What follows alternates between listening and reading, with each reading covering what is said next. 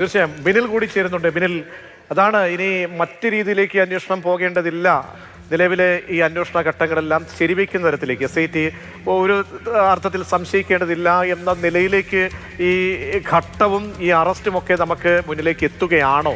ആ നിലയ്ക്കാണോ ഇനി ഇടക്കാല റിപ്പോർട്ട് 19-ാം തീയതി സമർപ്പിക്കപ്പെടുമ്പോഴോ അല്ലെങ്കിൽ അതിന് മുൻപ് മറ്റൊരു നീക്കത്തിലേക്ക് ഇനി പോകാനുള്ള സാധ്യത കുറയുന്നു എന്നാണോ മനസ്സിലാക്കേണ്ടത്?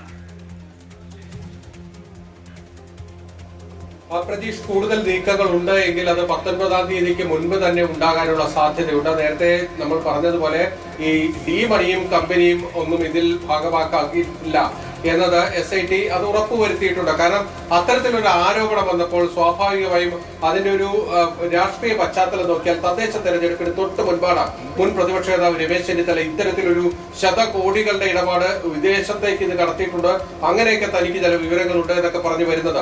അപ്പോൾ തന്നെ SIT ഇറങ്ങുന്നു, രമേശ് ചെന്നിത്തലയുടെ മൊഴിയെടുക്കുന്നു. ആ മൊഴിയുടെ അടിസ്ഥാനത്തിൽ കൂടുതൽ നടപടിയിലേക്ക് പോകുന്നു. പക്ഷേ ഈ തമിഴ്നാട്ടിലൊക്കെ പോയി അന്വേഷിച്ചിട്ട് കാര്യമായി ഒന്നും കണ്ടെത്താൻ കഴിഞ്ഞിട്ടില്ല എന്നതാണ് അവർക്ക് മനസ്സിലായത്. കാരണം ഉണ്ണികൃഷ്ണൻ പോറ്റിയും ഈ ഡി മണിയും തമ്മിൽ ഏതെങ്കിലും തരത്തിലുള്ള ബന്ധമുണ്ടായതായി സ്ഥാപിക്കാനേ കഴിഞ്ഞിട്ടില്ല. മറ്റൊരു പ്രധാനപ്പെട്ട പ്രശ്നം, ഇങ്ങനെ എന്തെങ്കിലും വിവരങ്ങളുണ്ടെങ്കിൽ, വ്യക്തമായ തെളിവുകൾ ഉണ്ടെങ്കിൽ അത് രമേശ് ചെന്നിത്തലയോ അല്ലെങ്കിൽ അദ്ദേഹം പറയുന്ന പ്രവാസി വ്യവസായിയാണ് പുറത്തുവിടേണ്ടത്. പക്ഷേ ഇതുവരെ ആ പ്രവാസി വ്യവസായി പൊതുമധ്യത്തിൽ വന്ന് ഇതൊക്കെയാണ് തെളിവുകൾ എന്ന് കാണിച്ചിട്ടില്ലാത്ത പശ്ചാത്തലത്തിൽ ഈ SIT പറയുന്നതാണ് ഇപ്പോൾ നമുക്ക് വിശ്വസിക്കാൻ കഴിയുക. മറ്റൊരു പ്രധാനപ്പെട്ട കാര്യം എന്നത് ഈ കേസുമായി ബന്ധപ്പെട്ട ഉയർന്നു വന്നിരിക്കുന്ന മറ്റ് ചില വിവാദങ്ങളാണ്. ഇത് കൂടുതൽ പരിശോധനയിലേക്ക് പോകുമ്പോൾ നമ്മൾ മനസ്സിലാക്കേണ്ട ഒരു കാര്യം എന്നത് ഇതിൽ ഈ വാജി വാഹനമുണ്ട്. അതായത് ശബരിമലയിലെ കൊടിമരത്തിന് മുകളിലുണ്ടായിരുന്ന വാജി വാഹനം എവിടെ എന്നത് നേരത്തെ ഒരു വലിയ ആരോപണമായിട്ട് വന്നതാണ്. അത് തൻ്റെ കൈവശമുണ്ടെന്നും അത് തിരിച്ചെടുക്കണമെന്നും ആവശ്യപ്പെട്ടുകൊണ്ട് തന്ത്രി കണ്ഠരര് രാജീവര് എക്സിക്യൂട്ടീവ് ഓഫീസർക്കൊരു കത്ത് കൊടുത്തിരുന്നു ഈ സ്വർണ്ണപ്പാളി വിവാദങ്ങൾക്കൊക്കെ ശേഷം. പക്ഷേ അത് ഏറ്റെടുക്കേണ്ടതില്ല എന്നൊരു നിയമോപദേശം PS പ്രശാന്ത് നേതൃത്വം നൽകുന്ന ദേവസ്വം ബോർഡിന് അഭിഭാഷകരുടെ ഭാഗത്ത് നിന്ന് ലഭിച്ചിരുന്നു. കാരണം ഈ വാഹനം കൊണ്ടുപോയപ്പോൾ കൃത്യമായൊരു മഹസറില്ല. അതോടൊപ്പം തന്നെ അന്ന് കൊണ്ടുപോയ വാഹനം തന്നെയാണോ തിരിച്ചു വരുന്നത് എന്ന കാര്യം ഉറപ്പാക്കേണ്ടതുണ്ട്. അങ്ങനെ പല കാരണങ്ങൾ ചൂണ്ടിക്കാണിച്ച് അത് എളുപ്പത്തിൽ വാങ്ങരുത് എന്നൊരു നിർദ്ദേശവും നൽകിയിരുന്നു. അങ്ങനെ ഇത് ഇപ്പോൾ പറയുന്ന ഈ സ്വർണ്ണപ്പാളിയിൽ നിന്ന് പല തലങ്ങളിലേക്ക് ഈ തന്ത്രിയുടെ അറസ്റ്റിന് ശേഷം ആ അന്വേഷണം നീളാനുള്ള സാധ്യതയുമുണ്ട്. മറ്റൊരു പ്രധാനപ്പെട്ട കാര്യം, ഈ ശബരിമലയിലെ ഉന്നത സ്ഥാനീയരുടെ സാമ്പത്തികമായ വളർച്ച തന്നെയാണ്. ശബരിമല ക്ഷേത്രവുമായി ബന്ധപ്പെട്ട് അവർ പല ഈ ഉന്നത പ്രാധാന്യമുള്ളതാണ്. അത് തന്നെയാണ് പറഞ്ഞു വരുന്നത്. എൻഫോഴ്സ്മെന്റ് ഡയറക്ടറേറ്റ് ഈ കേസ് എടുക്കുമ്പോൾ അവർ അന്വേഷിക്കാൻ പോകുന്നത് ഇതിലെ കള്ളപ്പണ ഇടപാടാണ്. സ്വാഭാവികമായും ഈ കേസിലെ പ്രതികളുടെ സാമ്പത്തിക വളർച്ചയിലേക്കും അവരുടെ അനധികൃത സ്വത്ത് സമ്പാദനത്തിലേക്കും അതിൻ്റെ അന്വേഷണം മുന്നോട്ട് പോകും.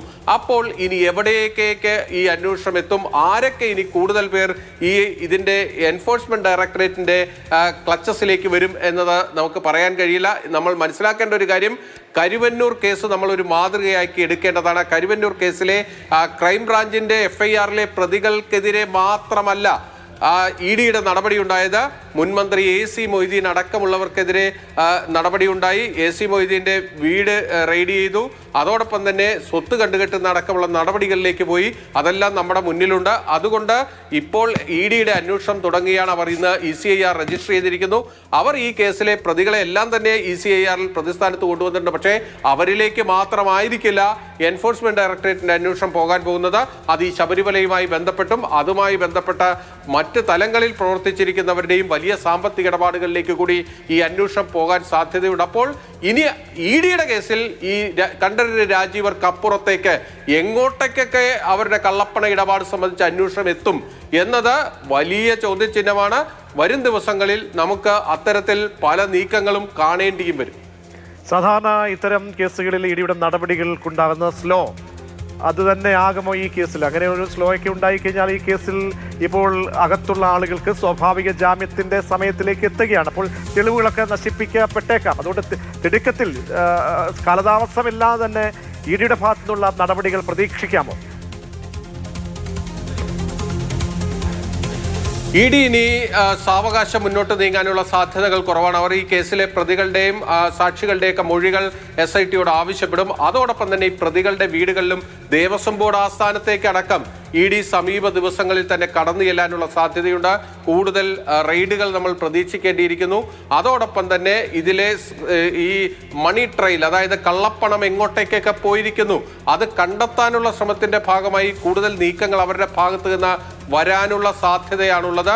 അതെന്തായാലും വരുന്ന നിയമസഭാ തെരഞ്ഞെടുപ്പിൽ വലിയ രാഷ്ട്രീയ വിവാദമായി ഈ ശബരിമല വീണ്ടും ആളിക്കത്തിക്കാനുള്ള രീതിയിലേക്ക് കാര്യങ്ങൾ പോകാനുള്ള സാധ്യതയുണ്ട്. പ്രത്യേകിച്ച് ഈ കേസിൽ ഇപ്പോൾ ഈ ശബരിമലയിലെ സ്വർണ്ണക്കൊള്ളയ്ക്ക് അപ്പുറത്തേക്ക് വലിയൊരു രാഷ്ട്രീയ മാനം കൂടി ഈ കേസിന് കൈവന്നിട്ടുണ്ട്.